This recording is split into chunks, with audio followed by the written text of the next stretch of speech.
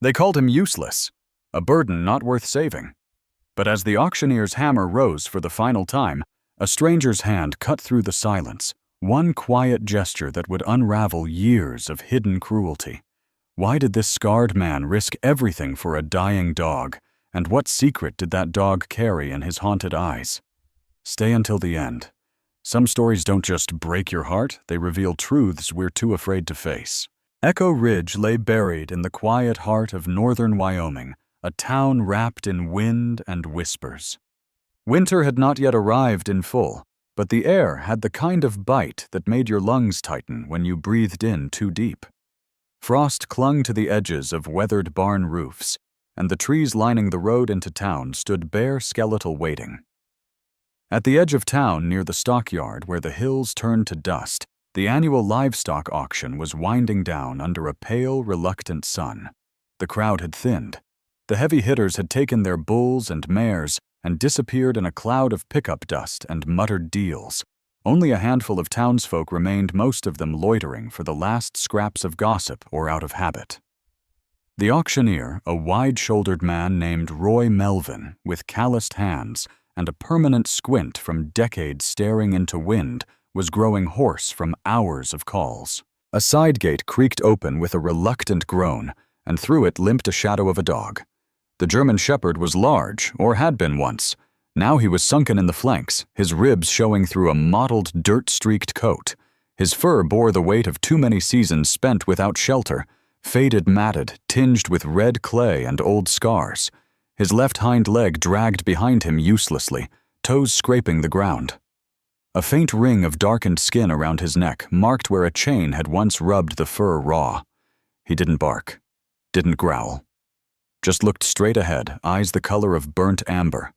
Dull, unreadable, but flickering faintly, as though some ember still burned there. There was a moment of uncertain quiet, and then someone in the back muttered, "Poor thing's done for." Another voice sharper followed. "Not worth the feed. Bet he bit someone." Roy hesitated, then cleared his throat and raised his gavel. "Lot 48. Male estimated 5 years. No papers. Injured." Starting at no bids, he trailed off, scanning the disinterested crowd. The silence wasn't cruel. It was worse. It was indifferent. And then, from the very back of the barn, a hand rose. It didn't wave or gesture loudly. It simply rose calm and deliberate, as if it had been waiting all day for this exact moment. Heads turned. Caleb Morgan stood there partially shrouded by the wooden beam of the entranceway. He was tall and rangy, his frame wiry from years of hard labor and war. His hair was streaked with ash gray, not from age, so much as experience, and tucked beneath a faded brown beanie. He wore an old army surplus jacket, with one sleeve slightly more faded than the other, and scuffed boots crusted with the red dust of Windmere Hill. A jagged scar split his chin down to his jawline, the kind that told stories he never repeated.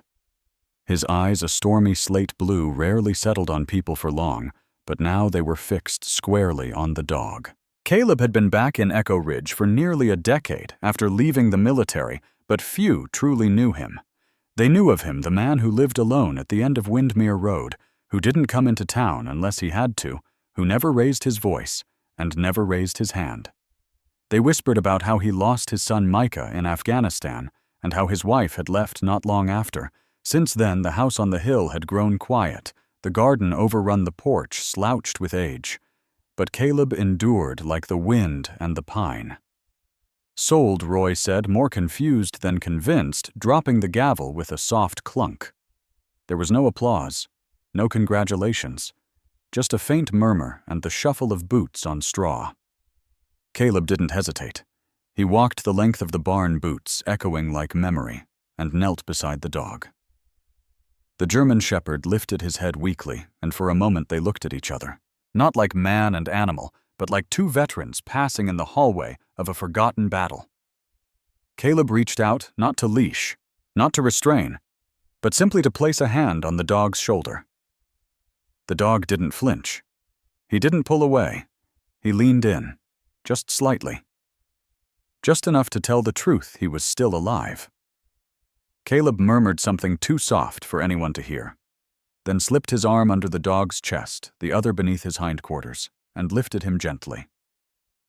For a man of his build, the effort must have strained him, but his expression didn't change. Only his eyes did. Something old had flickered awake. Outside, the wind whistled down from Windmere Ridge. The sky had darkened with approaching dusk, and a few snow flurries had begun to drift lazily from above. Caleb moved with steady pace toward his old Dodge pickup, its green paint chipped and rusted at the edges. He opened the back, lined with old blankets and hay, and laid the dog down as though handling something sacred. He looked down one last time, then said, "You're coming home with me now, Rook." The name hung in the air like it had always been his, and the dog closed his eyes. The road to Windmere Ridge curved like a spine through the cold, brittle woods, winding past thickets of pine and silent reminders of better seasons. Snow had started to fall, with more purpose now, dusting the bare branches and thin, cracked fences lining Caleb's forgotten stretch of land. His truck rumbled up the incline, its battered engine groaning, as if complaining about every mile. In the back, nestled in a nest of old blankets, Rook lay motionless but alert, his amber eyes half-lidded, observing the world with the wary stillness of an animal that had learned the cost of trust. The house came into view, a sagging two-story structure wrapped in the faded ghosts of white paint. Its porch leaned dangerously, the railings uneven, and the roof carried more holes than shingles. To the west, a broken windmill stood against the horizon like a defeated soldier. This was Windmere Farm, a place time had forgotten because its only inhabitant had willed it so. Caleb parked the truck and approached the bed. He moved carefully, mindful of the fragile cargo he'd brought home. Lifting Rook wasn't easy. The dog's body was lean, but dense with the weight of old pain. Caleb's breath showed in tight clouds as he carried him through the creaking doorway and set him gently near the stone hearth, the only corner of the house that still held warmth. He stoked the fire with a practiced hand, feeding it bits of seasoned oak from a meticulously stacked pile, one of the few things in the house kept with military precision. Outside, the wind howled against the windows. Inside, it was silent, but for the crackle of flames and the slow, cautious breaths of the dog by the hearth. For a long time, neither man nor beast moved much. Caleb settled into the worn armchair facing the fire, his eyes heavy under the weight of memories pressing against the walls of this forgotten home. He poured himself a glass of rye from a bottle that hadn't been touched since last winter, but the liquid sat untouched in his palm. His gaze remained on the dog. Rook flinched at the slightest shift in the firewood's crack, his body-tense eyes darting toward the door, at every faint metallic creak. When Caleb leaned forward to adjust the fire, the motion alone made Rook's muscles stiffen, his head lowering as if waiting for the inevitable blow that never came. Across town, a different fire burned, a passion for healing, for justice, for the voiceless. Ellie Winters was unpacking the last of her medical equipment into the small, newly leased Echo Ridge Veterinary Clinic. She stood barely 5'5", but carried herself with the unyielding determination of someone twice her size. Her chestnut hair was often pulled back in a haphazard bun, loose strands always falling into her sharp, focused green eyes. She had the kind of quiet beauty that didn't announce itself but lingered in the mind long after she'd left a room. Ellie wasn't from Echo Ridge originally. She had grown up in Denver, the daughter of a well-respected surgeon who'd wanted her to pursue a career in human medicine. But life had a way of redirecting dreams. After volunteering at an underfunded animal shelter during her college years and witnessing the brutal aftermath of illegal animal fighting rings, she found her calling elsewhere. The scars left on those animals haunted her more than any textbook on human anatomy ever could. Her move to Echo Ridge wasn't accidental.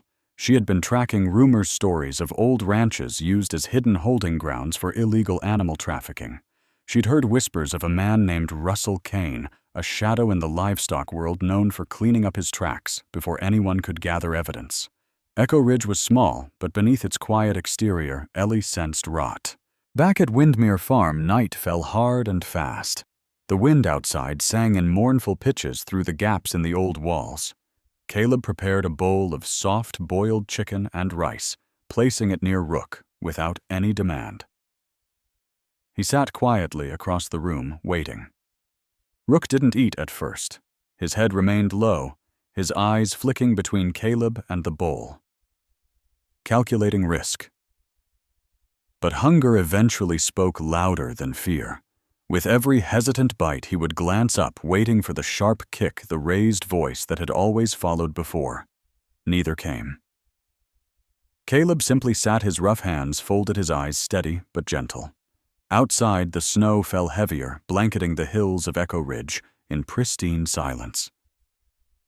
Ellie locked up her clinic and stood outside for a moment, her breath forming halos in the cold air. Across the street, the lights in the sheriff's office still burned.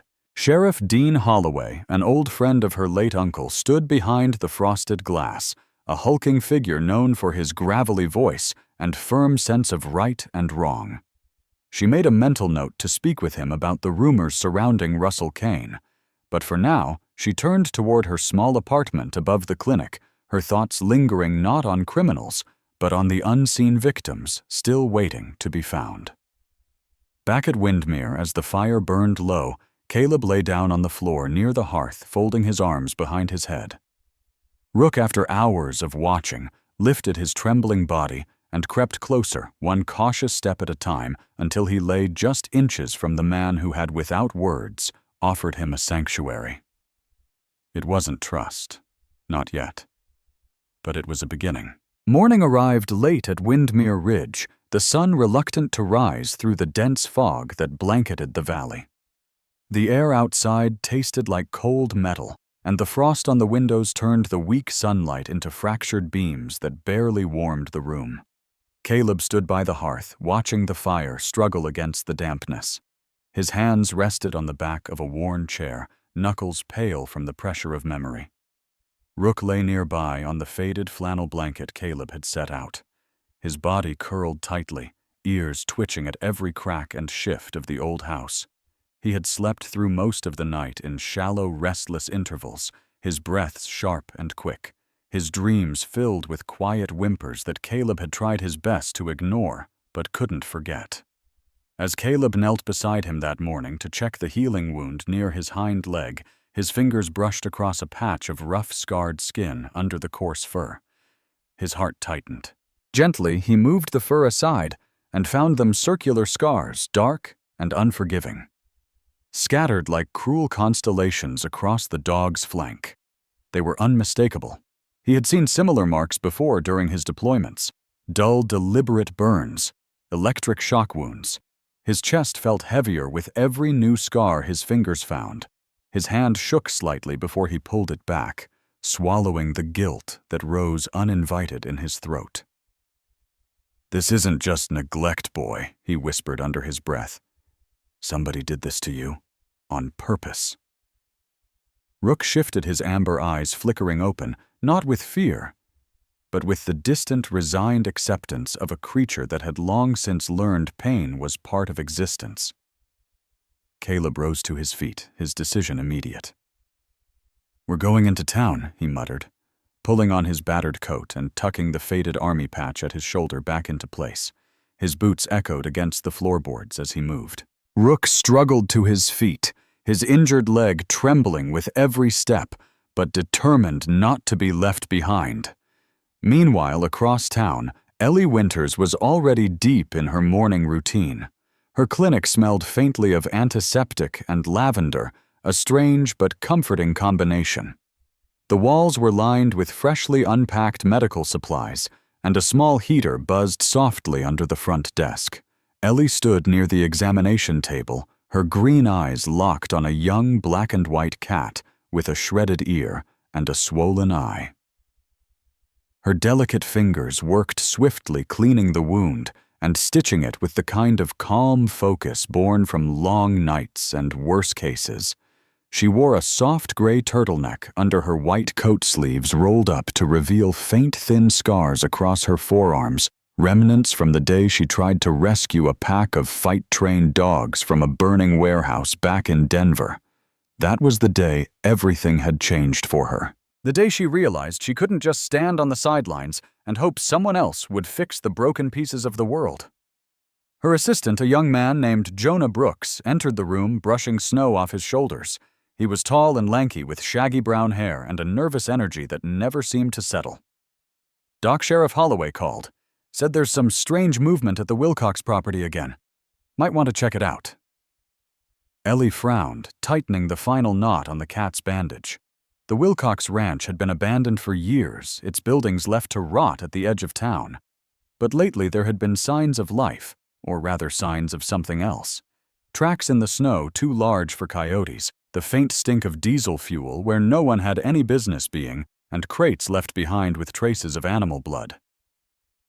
"I'll pay the sheriff a visit later," Ellie said, her tone clipped but calm. "Let's get this little fighter settled first." At that moment, the front doorbell chimed. Jonah glanced up from his clipboard and froze. Standing in the doorway, framed by the swirling snow behind him, was Caleb Morgan.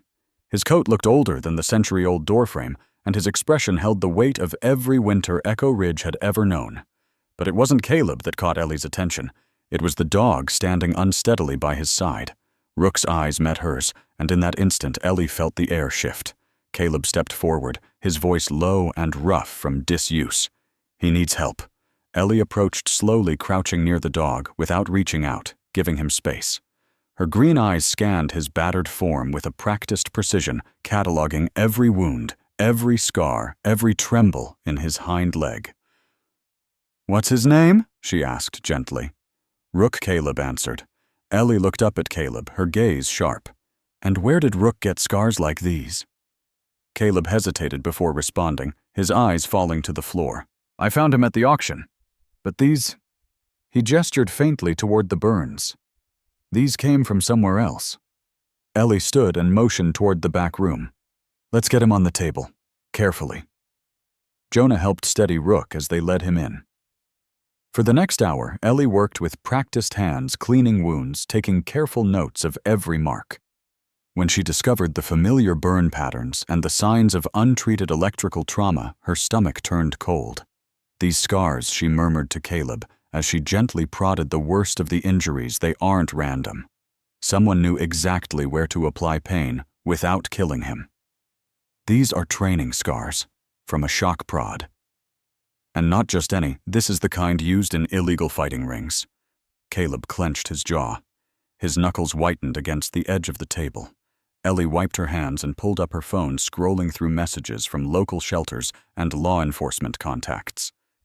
"This isn't an isolated case. I've been hearing whispers of something big moving through the back roads around Echo Ridge. Dogs, livestock, all funneled through old properties. Places like the Wilcox Ranch." Caleb's eyes lifted. "I know that place. Been empty for years." "Not anymore," Ellie said grimly. "We need to find out what's happening before more animals end up like Rook." Outside, the snow began to fall harder, as if the sky itself was burying secrets beneath a growing white shroud. And somewhere deep in the forgotten corners of Echo Ridge, those secrets waited to be unearthed. The snow had fallen heavier through the night, blanketing Echo Ridge under a deceptive quiet. By morning, the sky hung low with thick clouds casting a dull gray shroud over the town. The kind of day when secrets felt heavier and the past seemed to press closer against your chest. Caleb stood on the porch of Windmere Farm, the sharp cold biting through the frayed fabric of his jacket. Rook sat beside him, his ears perked despite the limp that made each movement a struggle.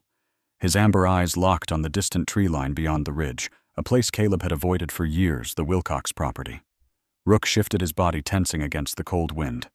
Without a sound, he rose and began to hobble toward the snow-covered path leading to the forgotten woods. Caleb grabbed his coat, checked the old revolver tucked beneath the seat of his truck out of habit, and followed. The trek was slow but determined.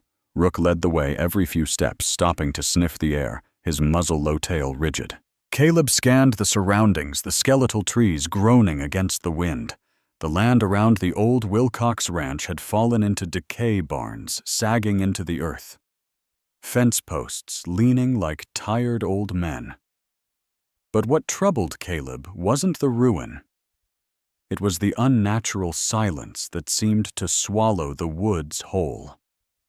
Near the edge of the property, Rook stopped. His nose pressed to the frozen ground, pawing at a patch where the snow seemed thinner. Caleb knelt beside him, brushing away the frost. The ground beneath was disturbed, the soil darker, softer despite the cold.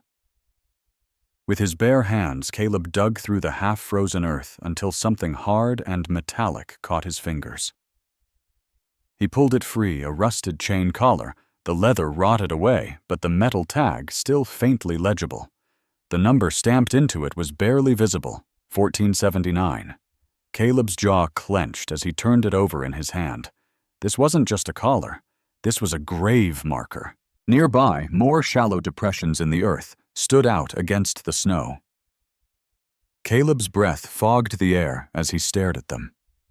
His mind reeled back to a time when he'd worked the outskirts of Wilcox land long before his conscience caught up to him. Back then it was just a job fixing fences, shoeing horses. But he remembered the sounds from the locked barns, the low growls, the sharp whimpers. And he remembered looking the other way.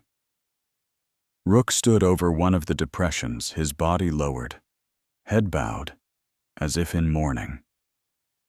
Caleb pressed a hand to the dog's shoulder, his throat tight with something heavier than regret. Meanwhile, across town, Ellie Winters moved through the back room of her clinic, hands trembling slightly as she examined a stack of smuggled documents slipped under her office door that morning.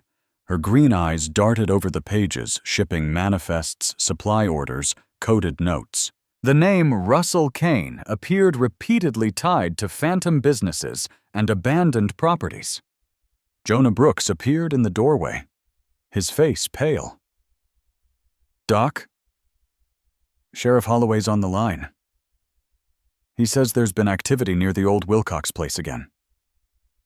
Ellie tucked the papers into her satchel and grabbed her coat. "Tell him I'm heading that way." Outside, the snow had turned to a light sleet. Ellie's small truck bounced along the rutted road toward the Wilcox property, her mind racing through every lead she'd collected over the past month. Russell Kane wasn't just a wealthy rancher. He was the silent architect behind a network of illegal animal trading, using old ranches and forgotten corners of Wyoming to funnel everything from fighting dogs to exotic wildlife through the country. His wealth kept him invisible. His connections kept him untouchable. As she neared the edge of the property, she spotted Caleb's truck parked along the tree line. Her eyes narrowed with curiosity and a strange twinge of relief. She found them near the clearing. Caleb stood ankle-deep in churned snow and frozen mud, his hands dirty from digging. Beside him, Rook sat watchful, his chest rising and falling with slow, pained breaths. "You shouldn't be here alone," Ellie called softly as she approached her boots crunching over the brittle ground. Caleb didn't look up. "Not alone," he muttered, his voice hoarse. He held up the rusted collar for her to see. Ellie crouched beside him, her eyes scanning the shallow graves, her stomach turning with every realization. "These aren't just graves," she said quietly. "This is a dumping ground." She reached into her bag, pulling out the papers she'd found. "Russell Kane has been using this land to move animals for years, and it's not just fighting dogs. There are mentions of exotic shipments, rare species meant for black market collectors." Caleb's fists clenched. "And we've let it happen." Ellie's gaze hardened. Not anymore. A sudden movement in the trees caught their attention. Caleb's hand instinctively moved toward the revolver beneath his coat, but Rook was faster, positioning himself between them and the approaching figure. His body, low teeth bared. Out from behind the trees stepped Sheriff Dean Holloway. The grizzled lawman was in his late 50s, his tall frame thick with years of field work, his weathered face hidden beneath a Stetson dusted with snow. His expression was grim, his eyes locking onto the rusted collars and disturbed earth. "I had a feeling you two would end up here," Holloway muttered. We've got company moving in on Kane. His time's running out. Ellie stood, brushing the dirt from her knees. We're not just here for evidence, Sheriff. We're here to stop this. Holloway nodded, once his jaw tight. Good, because if Kane gets wind of this, he'll vanish before we can touch him. Caleb looked down at Rook, who stood quietly now, his body pressed against Caleb's leg, eyes fixed on the horizon, like he knew something big was coming. As they walked back toward the trucks, a new resolve settled between them. The past had buried its horrors here long enough. It was time to dig them up. The snowstorm that rolled in over Echo Ridge that night felt different, thicker. Heavier, like the land itself was trying to bury what had been unearthed. Caleb sat alone on the porch of Windmere Farm, the ancient boards creaking under his boots. His breath curled into the frozen air as his eyes wandered over the distant tree line where the ghosts of his past seemed to gather like shadows against the swirling snow. Inside, Rook lay by the fire, his head resting on his paws. But his eyes, always alert. The scars on his flank were healing, but the deeper wounds, the ones you couldn't bandage, remained raw. Yet something had changed. When Caleb approached him now, the dog no longer flinched. Sometimes Rook would even press his battered body closer, as if seeking the warmth of a kind of forgiveness neither of them quite knew how to ask for. Caleb poured himself a drink from a chipped glass, his fingers trembling slightly. He hadn't touched a drop since the day he left Kane's employment years ago, but tonight the memories came back sharp and cold as the wind slicing through the eaves. He remembered the long, grim days at Kane's private ranch, hidden deep beyond the Wilcox property line, a place called Hollow Rock. Kane had kept the operation buried under layers of legitimate business horse-breeding cattle auctions and land development, but beneath the surface, behind locked barns and electrified fences, lived another world, a world of chained dogs, forced fights, and cash exchanged under flickering barn lights. Caleb had seen it all. And worse, for a time he'd looked away. He drained the glass in one long pull, the liquor burning its way through years of regret. His knuckles whitened around the glass as images resurfaced, dogs torn apart for sport, the sound of the shock prods crackling in the cold night air, the gleam of Kane's satisfied smirk as money piled high on the table. Across town, Ellie Winters had stayed late at the clinic, the warm glow of her office lamp, the only light burning along the snow-drifted street. Her hands were tight around a mug of coffee gone cold hours ago, her mind racing through the fragments of evidence she'd gathered. Every lead pointed to Kane's resurgence, new shipments, new buyers, and the whispers of a major event scheduled to happen soon. A sharp knock broke her thoughts. She turned, tension immediately tightening in her shoulders. Before she could reach the door, it swung open with the icy groan of warped hinges. A man stood there, tall and broad, his shoulders wrapped in a black trench coat dusted with snow. His face was thin and sharp, his eyes pea and cold as river ice. "Evening, Miss Winters." He drawled, his voice smooth but edged with something dangerous. "Name's Vincent Crow. I believe you've been asking too many questions." Crow was Kane's fixer, a man who never left traces and always delivered warnings personally. His reputation stretched through the underworld like a whispered curse. He took a slow step inside Boots, tracking wet slush across the clinic's wooden floor. "I'm just a veterinarian," Ellie replied evenly, standing her ground, though her heart hammered in her chest. "I take care of injured animals, that's all." Crow smirked, his gloved fingers drumming lightly on the counter. "See, that's the thing, Doc. Some animals ain't meant to be saved. And some people, well, they forget their place. I'm here to remind you." Before Ellie could react, Crow leaned in closer, his voice dropping to a cold whisper. "Walk away, Miss Winters. Or next time I won't just knock." He turned and left as quickly as he had come, leaving behind only the smell of snow and the lingering presence of unspoken threats. Ellie's knees weakened, but she refused to let them give out. She grabbed her phone and called Caleb. An hour later, Caleb pulled up to the clinic, his old truck rattling like it might fall apart at any moment. Ellie met him at the door, her face pale but composed. "He was here," she said quietly, her arms crossed tightly against her chest. "Vincent Crowe. Kane's man." Caleb's jaw clenched, his storm-gray eyes darkening. "He threatened you. He made his intentions very clear," she said, her voice stronger now. "And I'm not walking away, Caleb. Not now." Caleb admired her resolve even as his own stomach twisted with the weight of it all. If Kane's using Crowe again, it means something big is coming. And soon. Ellie nodded, her expression hardening. "We have to stop him, whatever it takes." As they spoke, Rook lay quietly in the truck's cab, his head lifted toward the half-open window, his ears twitching at the distant sounds carried on the cold wind.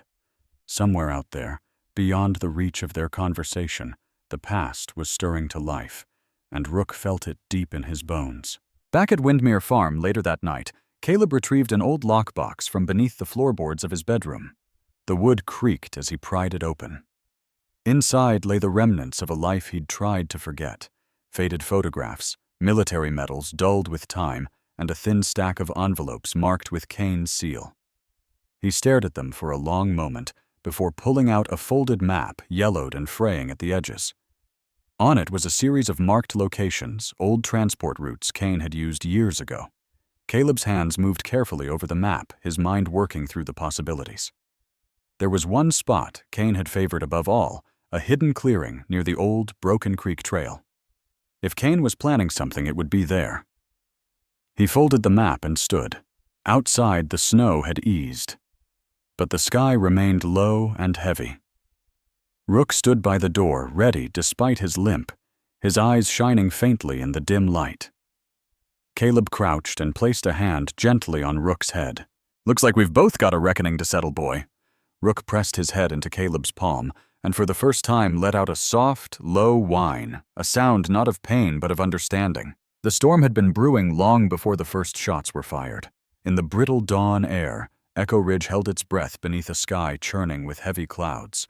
Caleb adjusted the worn strap of his revolver holster, his boots crunching across the hardened snow as he led the small team deeper into the woods. Rook moved ahead, his senses sharp, despite his lingering limp, his powerful body low to the ground as he picked up faint traces along the hidden trail. Ellie followed close behind her, face pale, but resolute green eyes burning with determination. She carried a small-caliber pistol tucked under her parka, her fingers brushing the cool metal for reassurance. Jonah Brooks trailed nervously at the rear, his face pale under the oversized hood of his coat, a hunting rifle clumsily slung over his shoulder. The trail led them to a clearing near Broken Creek Trail, where the remnants of an old livestock pen stood half-collapsed beneath a canopy of frost-bitten pines. Caleb crouched behind a fallen log, eyes narrowed at the convoy of black SUVs idling in the open space. Steam rose from their engines, the faint scent of gasoline mixing with something fouler blood and fear. Vincent Crowe was already there, barking orders to a group of armed men dressed in heavy tactical gear. Their faces were obscured by balaclavas, weapons slung across their chests. Near the center of the clearing stood Russell Kane, his imposing figure wrapped in a thick black coat. His silver hair glinted under the pale winter light, and his eyes were colder than the snow beneath their feet. "We move on my signal," Caleb whispered, his voice low and controlled.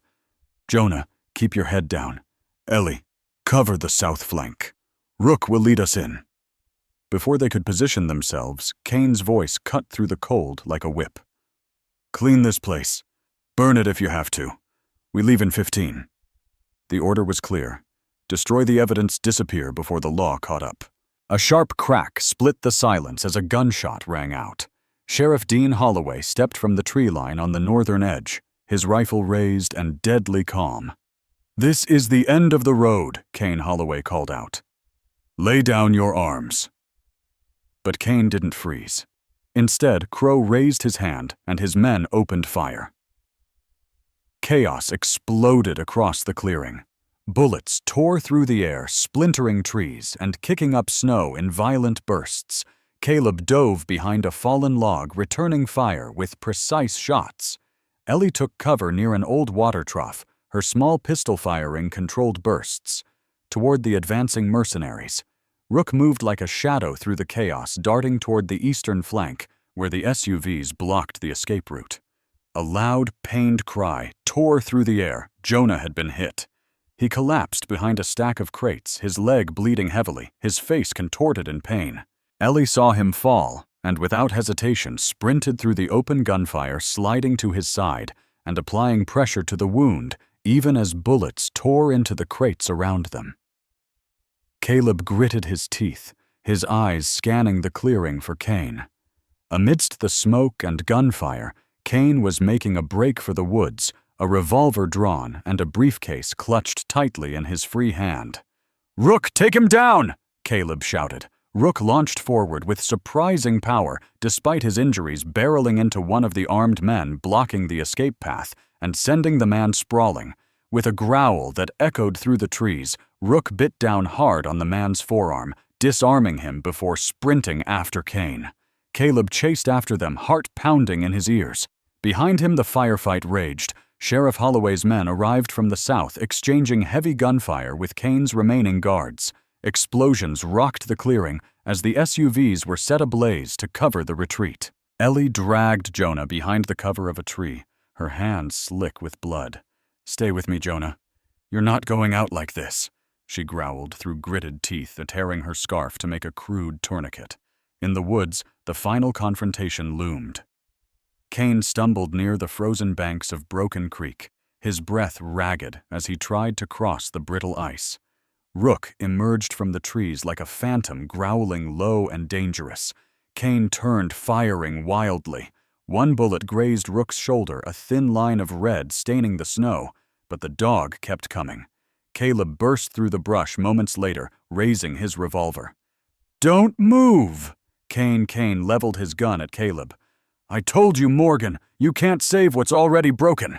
Caleb fired first. The shot struck Kane's gun hand, sending the weapon clattering across the ice. Kane dropped to his knees, clutching his bleeding wrist, his breath ragged clouds in the frozen air. Sheriff Holloway arrived just as Caleb lowered his weapon.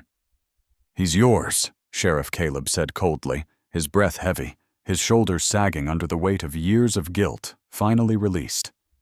Back at the clearing, Ellie had stabilized Jonah. The young man's face was pale but defiant, clenching his jaw against the pain. As the gunfire died and the surviving animals were freed from the transport cages, the light over Echo Ridge seemed just a little less harsh. As the sun set, casting the sky into a blaze of crimson and gold, Caleb stood beside Rook at the edge of the woods. The dog pressed against his leg despite his own wound. Together they watched the last of Kane's empire burn. The storm had passed, but the echoes of that brutal night lingered like a phantom over Echo Ridge. Days stretched into weeks as law enforcement combed through the wreckage left behind by Russell Kane's empire. Though the man himself had slipped through their grasp, his face was now plastered across every television screen, and news report in the state wanted Russell Kane, armed and dangerous. At Windmere Farm, the bitter sting of winter slowly began to yield to the earliest signs of spring. Melted snow trickled down the hillsides, and a tentative warmth crept back into the air. But it wasn't the changing season that brought new life to the town. It was something deeper, something born from the courage and sacrifice of that long, harrowing night. In the heart of Echo Ridge, just beyond the northern bend of the river, a small stretch of land had been cleared, the broken remnants of old barns torn down to make room for a sanctuary. Its modest wooden sign read, "The Haven of Echo Ridge, a place where the forgotten, the broken, and the lost could find peace." Caleb Morgan stood at the entrance that morning, his broad shoulders straight for the first time in years. Though the lines of hardship still etched his face, there was a clarity in his gray eyes now. His rough hands, scarred from both war and years of guilt, held the freshly mounted gate steady as a group of volunteers finished securing the fencing. Rook padded quietly beside him, his limp less noticeable these days. Though his body still carried the marks of his past, his spirit had transformed. No longer did he cower from the sound of raised voices or sudden movements. Instead, he moved through the sanctuary grounds with the calm authority of a guardian, watching over every creature that passed through its gates. Across the field, Ellie Winters worked tirelessly with the newly arrived rescues. Her chestnut hair, usually tied back in a practical knot, had begun to fall loose around her face as she knelt in the straw, coaxing a terrified German Shepherd pup out from under the shelter's feeding station. Her green eyes softened as she spoke gently to the animal, her voice a soothing contrast to the storm of emotions that had built within her over the past few months. Ellie had changed too. The sharp defiance that once burned hot behind her every word had tempered into something stronger, a quiet resilience born from standing face to face with real evil and refusing to yield. Her hands, once trembling after Vincent Crow's threats, were now steady and sure as she tended to wounds and trained the next generation of caregivers. Sheriff Dean Holloway visited often, his tall frame still commanding despite the slight limp he carried from an old injury. His grizzled beard had grown a bit thicker over the winter, and though his eyes held the same weary wisdom, there was a flicker of satisfaction there each time he looked upon the haven. It was a reminder that some battles, though hard-fought, could still be won. Among the new volunteers was a young woman named Charlotte Mayfield, a war widow in her early 30s, with warm brown skin and deep, soulful eyes. Charlotte had lost her husband, a fellow Marine overseas, and had come to Echo Ridge seeking a fresh start. Her tall, graceful figure carried the quiet poise of someone used to shouldering heavy burdens. She connected instantly with Caleb, drawn by their shared understanding of grief and survival. Charlotte spent her days working with the more traumatized animals, her soft voice and gentle hands earning their trust where others had failed. She often sat in the fields long after the sun had set, Rook lying peacefully by her side, the two of them watching the stars in shared silence. Caleb found purpose again among these people and creatures. Standing at the head of the haven, he became more than just its founder. He became its protector, its guide. Word spread quickly through surrounding towns, and soon other veterans began arriving at Echo Ridge, drawn by the stories of a man who had turned his guilt into grace. They came with their own wounds, some visible, others buried deep. But at the haven, they found work that mattered. Fences were built, new shelters raised, and broken animals found comfort in broken people who understood them better than anyone else ever could. One crisp morning, as the sun broke over the hills in a blaze of gold, a small ceremony was held to officially open the haven. Caleb stood before a modest crowd of townspeople and volunteers, his voice steady as he addressed them. "We can't change what's already done." He began, his eyes scanning the faces of those gathered. Ellie, Charlotte Jonah, who stood on crutches nearby, his leg still wrapped from the injury that nearly took his life. But we can choose what we do next. And here at this place, we choose to fight for those who can't fight for themselves. We choose to heal. The gathered crowd fell into thoughtful silence. Rook stepped forward and sat at Caleb's feet, his head held high, his eyes clear and proud. That night, under a canopy of stars, Caleb sat on the porch of the haven's main lodge, the air cool but pleasant. Charlotte joined him, her eyes reflecting the soft glow of lantern light. "You ever think we'd end up here?" she asked quietly. Caleb gave a small, weathered smile. "I stopped believing in second chances a long time ago," he admitted, his voice rough with emotion. "But then this dog showed up and reminded me that sometimes it's not about being saved. It's about choosing to save something else." Charlotte leaned back against the porch post, her eyes lifting to the sky. "Sounds like redemption to me." Caleb glanced down at Rook, who lay at his feet completely at peace. For the first time in years, he allowed himself to believe that maybe, just maybe, the past didn't have to define the future. The sun dipped low over Windmere Ridge, bathing the haven of Echo Ridge in a soft, golden glow. Today was meant to be a day of peace and renewal, a celebration of second chances. The fields echoed with joyful barks, the laughter of children, and the hum of quiet conversation. Lanterns swayed gently on freshly mounted posts, casting halos of light across the sanctuary grounds. But beneath the surface of this perfect moment, a tension rippled through the air, unspoken but deeply felt. Caleb Morgan stood near the entrance, his sharp gray eyes scanning the tree line beyond the hills. Rook sat alert at his side, his powerful frame poised ears high, amber eyes locked on the distant edge of the woods. Ellie Winters moved gracefully through the crowd, her emerald eyes flicking toward Caleb every so often. Though her expression remained warm for the guests, a quiet tension settled in her chest.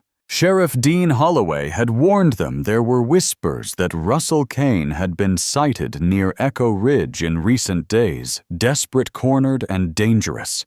And if Kane was going to make a final move, it would be here today, where everything he tried to destroy was being rebuilt.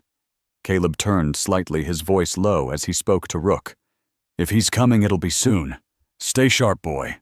Without warning, a faint crack echoed from the eastern ridge, a sound too sharp, too deliberate to be a falling branch. Caleb's head snapped toward the noise. He reached instinctively for the revolver hidden beneath his jacket. Rook growled low and deep, his body rigid.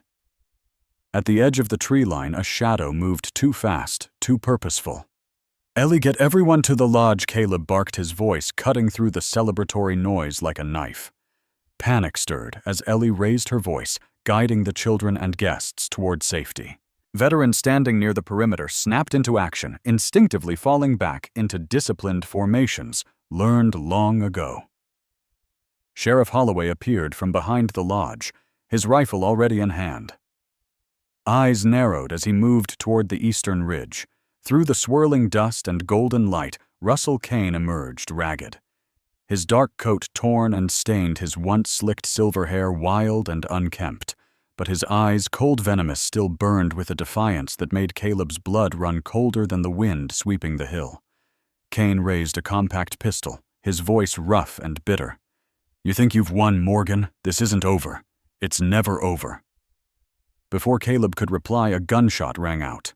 Sheriff Holloway fired first, forcing Kane to duck behind a stack of hay bales near the old outer fence. The haven, once a place of peace, had become a battlefield in moments. "Stay down," Caleb barked to the remaining civilians, his revolver raised as he moved along the edge of the corral. Rook sprinted ahead, flanking through the eastern side, his body low, moving like a shadow through the high grass. Ellie crouched behind the supply wagon, pulling a terrified young boy close as bullets cracked through the air overhead. Her fingers wrapped tightly around the small pistol she now kept at her waist. She wasn't just a healer today. She was a fighter too. Jonah Brooks, his leg still healing, limped toward the barn with Logan Pierce, the former Marine. Logan moved like a professional, his sharp blue eyes locked on Kane's last known position. Flank left, Logan commanded, his voice sharp, his rifle steady. Kane fired blindly toward the main lodge, a snarl on his face. But as he pulled back the hammer of his gun for another shot, a low growl rose behind him. Rook lunged from the shadows, his powerful jaws clamping down on Kane's gun hand, forcing him to drop the weapon with a pained yell. Caleb closed the distance in seconds. His fist connected hard with Kane's jaw, sending the man sprawling against the muddy ground. Kane reached for a knife hidden beneath his coat, but before he could strike, Caleb stood over him, revolver aimed directly between Kane's eyes. "It's over." Caleb growled, his voice low and final. Sheriff Holloway moved in quickly, securing Kane's wrists in heavy steel cuffs. "You're done, Kane, and this time you're not walking away." The crowd cautiously emerged from hiding, the tension slowly melting into a palpable wave of relief. Ellie hurried toward Caleb, her chest heaving with shallow breaths. Without hesitation, she wrapped her arms around him, her voice trembling but strong. "It's over." Rook limped back to Caleb's side, his head pressing against Caleb's leg, his breath shallow but calm. Caleb knelt and ran his rough fingers gently through Rook's thick fur. "You did good, boy," he whispered. As the sun dipped below the horizon, painting the sky in brilliant streaks of orange and violet, the haven of Echo Ridge stood stronger than ever. Not just a place of healing, but a symbol of triumph over darkness. That night, the fire burned brighter than ever before. Music returned, and laughter filled the air again. Cain was gone. Justice had found him at last. Caleb sat near the central fire, Ellie at his side, Rook lying peacefully at their feet. For the first time, the future stretched out before them like the wide-open land surrounding the haven, free, unburdened, and full of promise. Sometimes it is not the loudest victories that shape the future, but the quiet ones. The battered gate that swings open for the lost. The hand that reaches down into the darkest places without fear of what it might find. The tired soul that stands back up not because it has the strength, but because it refuses to let the past decide who it will become. At the haven of Echo Ridge, redemption isn't a grand gesture. It's found in the small things. The slow wag of a tail that once hung lifeless. The soft touch of a scarred hand on a trembling creature. The shared silence between two broken hearts that no longer need words to heal. And perhaps that is the greatest miracle of all, that love, even shattered and worn thin by the world, can still rebuild what was thought forever lost. So if this story found its way into the quiet corners of your heart, let it be a reminder. There is always hope, waiting at the edge of the storm, standing tall on a distant ridge, watching and waiting for someone to believe again. If you believe in second chances, if you believe that even the most broken can find their way home, share this story with someone who might need that reminder today. And tell us in the comments below, who was the Rook in your life? Who showed you the way back when you thought all roads had ended? If you believe that love always finds a way, type love in the comments.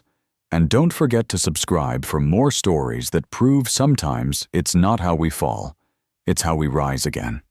May you always find your way home, and may someone always be waiting to welcome you back.